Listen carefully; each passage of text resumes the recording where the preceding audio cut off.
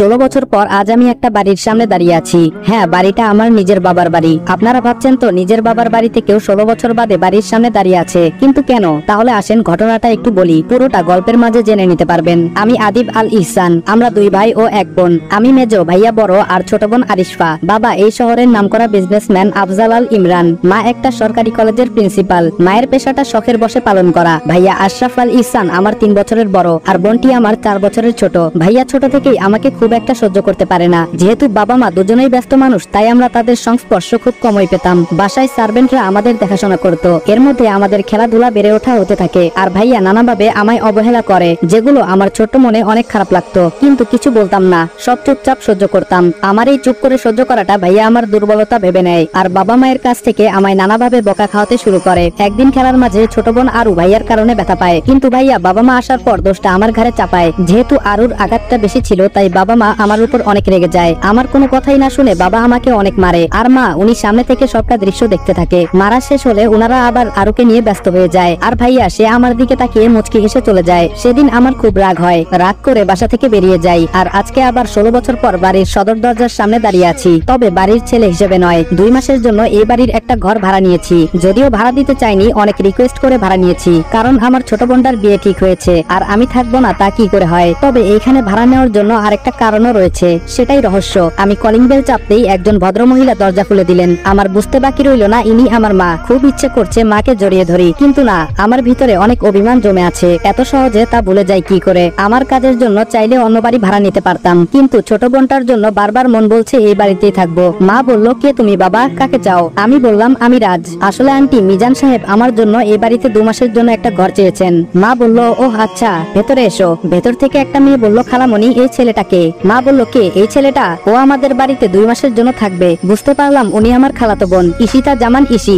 ভ্রু কুচকে আমার দিকে তাকিয়ে কোথায় যেন চলে গেল। ওনার পরিচয়টা একটু দিয়ে নেই, উনি আমার খালামণির মেয়ে ইশিতা জামান। আমি যখন এই বাড়িতে ছিলাম তখন খালামণিরা আমেরিকায় ছিলেন, কখন দেশে এসেছেন কে জানে। যাই হোক, বাদ দিন, আমরা সামনে এগোই। মা বলল, আরু এই আরো। আরো বলল, বলো আম্মু। আম্মু বলল, এই যে ওর নাম রাজ, 2 মাস আমাদের বাড়িতে থাকবে, ওকে ওর ঘরটা দেখিয়ে দিয়ে আয়। আরুও আমার দিকে ভ্রু কুচকে তাকিয়ে আছে। বুঝলাম না আমি কি এলিয়েন নাকি। আরু বলল, চলুন ভাইয়া, 2 তলার বিশাল রুমে আমার থাকার ব্যবস্থা করা হয়েছে। আরু বলল, এটাই আপনার রুম, থাকুন, আমি গেলাম। আমি বললাম আচ্ছা। রুমটা ঘুরে দেখতে লাগলাম। রুমটা আমার না। অনেক ইচ্ছা হচ্ছিল নিজের রুমটায় যাওয়ার, কিন্তু সেটা তো সম্ভব না। বসে বসে এসব ভাবছি, তখনই মা আসলেন আমার রুমে। মা বলল, বাবা আসবো? আমি বললাম, আসুন, জিজ্ঞেস করার কি আছে? মা বলল, তুমি তো এখানে একাই থাকবে তাই না? আমি বললাম, জি। মা বলল, ঠিক আছে বাবা, তাহলে তুমি আর ভাড়াটিয়া হয়ে থাকার দরকার নেই, আমাদের সাথে থাকবে, কেমন? আমি বললাম, না। মা বলল, কেন বাবা? আমি বললাম, না, আমি খেতে পারবো না, আপনার কাছে কয়েকটা কথা বলতে চাই। মা বলল, হ্যাঁ বলো। আমি বললাম, আমার এই রুমে যেন কেউ প্রবেশ না করে, এই বিষয়টা আপনি সবাইকে জানিয়ে দিবেন। আর আমি শুধু এই বাড়িতে থাকবই, আমার খাওয়া নিয়ে আপনাদের চিন্তা করতে হবে না, আমি বাইরে থেকে খেয়ে আসবো। মা বলল, কিন্তু কেন বাবা?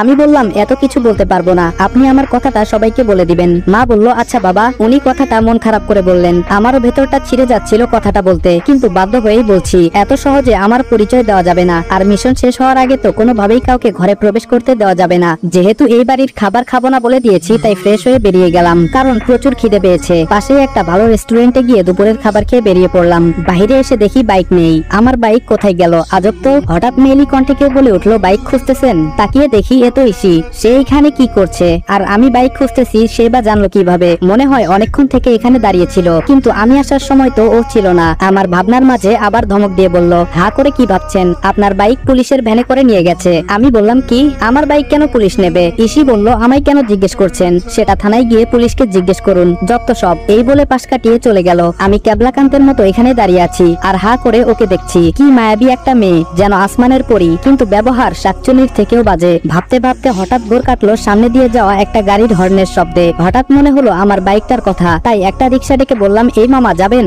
মামা বলল, হ জামু। কই যাইবেন? আমি বললাম, থানায়। মামা বলল, ভাড়া কিন্তু 50 টাকা দিবেন। আমি বললাম, আচ্ছা চলেন। আমাদের যাদের সামর্থ্য আছে তাদের কাছে আমার রিকোয়েস্ট, প্লিজ এই রিক্সা অটো ড্রাইভাররা 10-20 টাকা বেশি দাবি করলে তাদের সাথে বাজে ব্যবহার করবেন না, কারণ তারা আমার আপনার মতো 10 তলা বাড়ি বানাতে চায় না, তারা দুবেলা পেট পুরে খেতে চায়। থানার সামনে গাড়ি থামতেই নেমে ভাড়াটা মিটিয়ে থানার ভেতরে ঢুকে গেলাম। কনস্টেবল বলল, কাকে চাই? আমি বললাম, ওসি সাহেব কোথায়? কনস্টেবল বলল, স্যারকে কি দরকার? আমায় বলুন, যা বলবেন। বুঝলাম কথা বাড়িয়ে লাভ নেই, এতে আমার ওই সমস্যা হতে পারে, তাই পকেটে কিছু গুজে দিয়ে বাইকটা নিয়ে চলে এলাম। পুলিশের ঝামেলা পেরিয়ে আসতে আসতে প্রায় সন্ধ্যা হয়ে গেল, তাই বাসার উদ্দেশ্যে রওনা হলাম। কাল কাল থেকে কাজে লেগে পড়বো। হঠাৎ পুরুষ কণ্ঠে কেউ বলে উঠলো, দাঁড়াও। চেয়ে দেখলাম একজন ভদ্রলোক সোফায় বসে আছেন, সাথে একটি ছেলে। বুঝতে বাকি নেই উনি আমার বাবা। বাবা বলল, তুমি নিশ্চয়ই রাজ? আমি বললাম জি।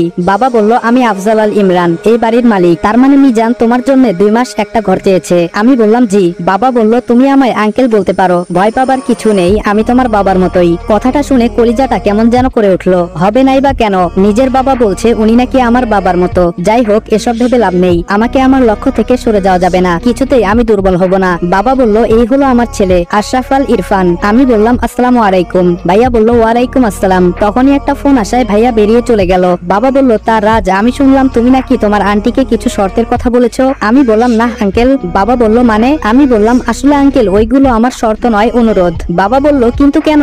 আমি বললাম, এখন আমি কিছু বলতে পারবো না, যদি আপনাদের কোনো সমস্যা হয় তাহলে বলে দিতে পারেন। বাবা বলল, ওকে শান্ত হও, মিজান আমার কাছে রিকোয়েস্ট করেছে, তা তো আমি ফেলতে পারি না, তাই তুমি এখানে নিজের বাড়ির মতো থাকতে পারো। আমি বললাম, ধন্যবাদ। এই বলেই চলে এলাম, কারণ তাদের সামনে দাঁড়িয়ে আমার মিথ্যা বলতে ভালো লাগছে না মোটেও। নিজের ল্যাপটপটা অন করে কিছু মেল দেখতে লাগলাম। এর মধ্যে কে যেন বাইরে থেকে দরজায় নক করছে। শুনে ঘাবড়ে গেলাম, কারণ কার্ডটা আর কিছু সরঞ্জাম এখনো রুমে এলোমেলো হয়ে আছে। তাড়াতাড়ি এইগুলো গুছিয়ে জিজ্ঞেস করলাম, বাহিরে কে? আরো বলল, ভাইয়া আমি। বুঝতে পারলাম আমার কলিজার বোন, কিন্তু এত কাছে থেকেও তাকে আদর করতে পারছি না। জড়িয়ে ধরে কান্না করতে ইচ্ছে হচ্ছে, তাও পারছি না। আরু বলল, ভাইয়া। ওর ডাকে ঘোর কাটলো। আমি দরজা খুলে দেখি আরু কোমরে হাত দিয়ে দাঁড়িয়ে আছে। আরু বলল, কি করেন রুমের ভেতরে? কখন থেকে ডাকছি? আমি বললাম, তুমি নিশ্চয় জানো আগামী 2 মাস এই রুমটা আমার, আর এইখানে কারো প্রবেশ নিষেধ। আরু বলল, জানি বলেই এসেছি। এই রুমে আমার কিছু জিনিসপত্র আছে, ওগুলো নেব।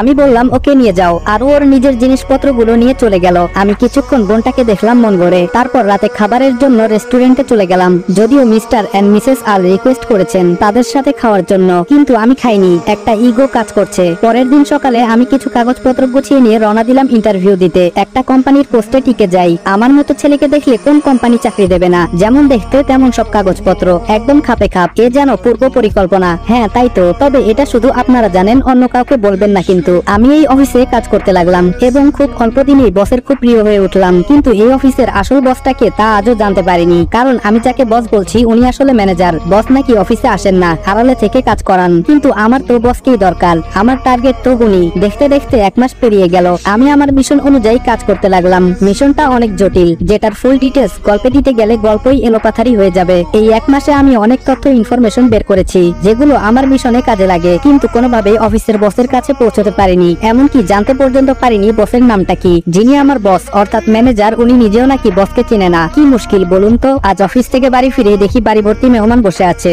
বাবা মা ভাইয়া ওনাদের সাথে কথা বলছে, আপ্যায়ন করছে। মেহমানদের মধ্যে একজন পুরুষ আর একজন মহিলা, আর আমার বয়সী একটা সুদর্শন ছেলে বসে আছে। দেখে বোঝাই যাচ্ছে বিয়ের সম্বন্ধ নিয়ে কথা চলছে। তারপরই আমার মনে হলো, আরে আমার বোনের বিয়ের কথা হচ্ছে মনে হয়, এজন্যই ওনারা এসেছেন। তাই পাশ কাটিয়ে উপরে চলে যাচ্ছিলাম, পেছন থেকে এক ভদ্রলোক বলে উঠলেন, মিস্টার আল, এই ছেলেটাকে তো চিনলাম না। বাবা আমাকে কাছে ডাকলেন। বাবা বললেন, রাজ এদিকে আসো। এই হলো রাজ, আমাদের বাড়িতে 2 মাসের জন্য ওর একটা কাজে এসেছে। ভদ্রলোক বলল, ও আচ্ছা। আমি ওনাদের সাথে কৌশল বিনিময় করে চলে আসছি। সিঁড়ি দিয়ে উঠতে যাব এমন সময় দেখতে পেলাম যেন আসমান থেকে কোনো পরী নেমে আসছে আমার রাজকন্যা বোনটার সাথে, আর অন্য পাশে ভাবি। কিছুক্ষণ তাকিয়ে থেকে রুমে চলে এলাম, আর বসে বসে ভাবছি, মানুষ তো এসেছে আমার বোনের হবু শ্বশুর বাড়ি থেকে, তাহলে ওর এইভাবে সাজার কি আছে? ধুর ছাই, আমি কেন এসব ভাবছি? ওই মেয়ের ইচ্ছে হয়েছে তাই সেজেছে, তাতে আমার কি? তবে ও কিন্তু বেশি সাজেনি, আমার চোখে হয়তো এমন লেগেছে। ভাবতে ভাবতে বাথরুমে চলে গেলাম। ফ্রেশ হয়ে নিচে নামলাম খাবার খাওয়ার জন্য।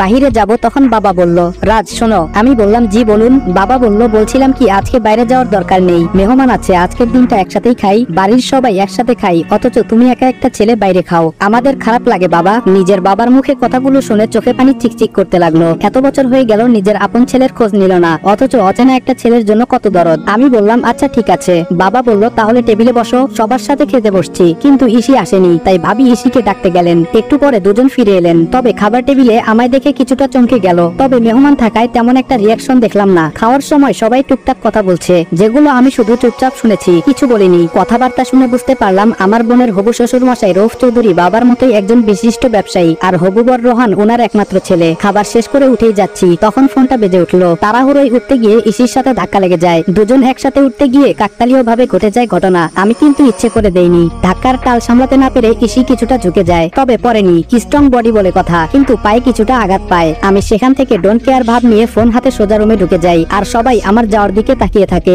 ফোনটা ছিল আমার সিনিয়রের, যিনি আমায় এই মিশনের দায়িত্ব দিয়েছেন। আগামীকাল আগামীকাল আরো কয়েকজন যোগ হবে আমার সাথে, সেটা না হয় কালোই দেখা যাবে। আমি ল্যাপটপে কাজ করছি, এটা যেহেতু প্রেম নিয়ে গল্প তাই কাজের জটিল ডিটেলস মাঝখানে ব্যাখ্যা করছি না। হঠাৎ করে মনে হলো তখন ইসির পায়ে ব্যথা পেয়েছিল, কাজটা আমি ঠিক করিনি, ওকে সরি বলা দরকার, কিন্তু কিভাবে? আমি তো কারো প্রতি দুর্বল হওয়া চলবে না। অনেক ভেবে একটা রাস্তা পেলাম। ইসি যে রুমে থাকে সেই রুমটা থেকে বাড়ির পেছন দিকটা স্পষ্ট, আর সেখানে একটা জানালাও আছে, তাই একটা চিরকুটে সুন্দর করে সরি লিখে পাঠিয়ে দেই। যেই বাবা সেই কাজ। কাগজটা যখন বিছানায় পড়ছিল তখন ইসি রুমে ছিল না, পরে এসে সে দেখতে পায়। ইসি ভাবে চিরকুট, আবার সেখানে লেখা সরি, ব্যাপারটা কি কি হতে পারে? আর সরি বা বলবে কেন? ওয়েট, রাজ নয় তো? তখন খাবার টেবিলে ঘটে যাওয়া ঘটনার জন্য সরি বলছে হয়তো। দূর, কি সব ভাবছি, ওই ছেলে আর সরি, প্রশ্নই আসে না। তবে এটা কিসের ইঙ্গিত? ইসির রুমে কাগজটা ছুড়ে দিয়ে এসে বিছানায় শুয়ে পড়লাম। অনেকক্ষণ চেষ্টা করেও কাজে মন বসাতে পারছি না। বারবার ভাবছি চাচু আর ছোট মা তো আসেনি, তাহলে ইসি এখানে কি করে? ও তো আমি বাড়ি থেকে বের হওয়ার 1 বছর আগেই আমেরিকা চলে গেছিল, কখন ফিরলো? গত 1 মাসে আমি কাজে এতটাই ডুবেছিলাম অন্য কাউকে নিয়ে ভাবিনি। তবে এখন ইসি আমায় ভাবাচ্ছে, জানতে হবে ও কি করে। ছোটবেলায় ইসি আর আমার খুব ভাবছিল, সব সময় একসাথে ছিলাম। খালু অফিসের কাজে আমেরিকায় সেটেল হয়ে যায় আর খালামণিকেও নিয়ে যায়, কিন্তু ইসিকে নিতে পারেনি ওনারা। এত ছোট্ট ইসি কান্না করে বাড়ি গরম করে দিয়েছিল, আমায় ছেড়ে আমাদের ছেড়ে যাবে না, কিন্তু এর 2 বছর পর ঠিকই জোর করে নিয়ে যাওয়া হয়। ইসি চলে যাওয়ায় আমি আরো একা হয়ে পড়ি। এর সাথে যোগ হয় ভাইয়ার অত্যাচার আর বাবা মায়ের অবহেলা। আচ্ছা, ইসি কি দেশে আসার পর একবারও জানতে চেয়েছিল আবিদ কোথায়? ও কি আমাকে খুঁজেছিল? এসব ভাবতে ভাবতে কখন চোখ লেগে যায় টের পাইনি। সকালের মিষ্টি রোদের আলো চোখে পড়ায় ঘুম ভেঙে যায়। আজ মনে হয় বেশি ঘুমিয়েছি, রাতে ভাবতে ভাবতে ঘুমিয়ে গেছি, তাই অ্যালার্মের কথা মাথায় আসেনি। জলদি উঠে চট করে ফ্রেশ হয়ে বেরিয়ে যাই। বাইকে থাকা অবস্থায় ফোন বাজে। আমি ফোন রিসিভ করে বললাম অপেক্ষা করতে বলুন, আমার আর 2 মিনিট লাগবে। গেটের সামনে বাইকটা থামিয়ে দেখলাম 4টে ছেলে দাঁড়িয়ে আছে। এক একজন দেখতে মাশাআল্লাহ। আমায় দেখে তারা সালাম দিল। আমি সালামের জবাব নিয়ে বললাম আমার সাথে এখানে কথা বললে সন্দেহ করবে, তোমরা বিল্ডিং এর পেছনে যাও, ইন্টারভিউ দেওয়ার এখনো অনেক সময় বাকি। একজন বলল ওকে স্যার। আমি বাইকটা পার্ক করে পেছন দিকে চলে গেলাম। ওরা আবার স্যালুট জানালো। একজন বলল স্যার আমার নাম রাতুল, অপরজন বলল আমি আয়াস, তৃতীয় জন বলল আমি নীরব, শেষজন বলল আমি অগ্নি। আমি বললাম তোমরা সবাই সেম পোস্টে তো? আয়াস বলল ইয়েস স্যার। আমি বললাম গুড, তবে এখানে আমাকে তোমরা স্যার স্যার করবে না, নাম নিয়ে ডাকবে, কারণ অনেক রিকোয়েস্ট করে গ্রামের ছোটবেলার বন্ধু এসব বলে চাকরি ম্যানেজ করেছি, তাই এমন কিছু করবে না যার দ্বারা কেউ বিন্দুমাত্র সন্দেহ করতে পারে। সবাই একসাথে বলল ইয়েস স্যার। আমি বললাম আমি রাজ, আমাকে রাজ বলেই ডাকবে, এবং অফিসে ফর্মালিটি মেনটেন করার জন্য স্যার বলবে। সবাই বলল ওকে। আমি বললাম যাও সবাই, আমি আসছি। স্যারকে ফোন দিয়ে কনফার্ম করে দিয়ে যেই অফিসের গেটে পা বাড়ালাম অমনি চোখ পড়ে গেটের বাইরের দিকে। একজন অফিসে ঢুকছে গেট দিয়ে, যাকে দেখে আমি অবাকের চরম সীমায়।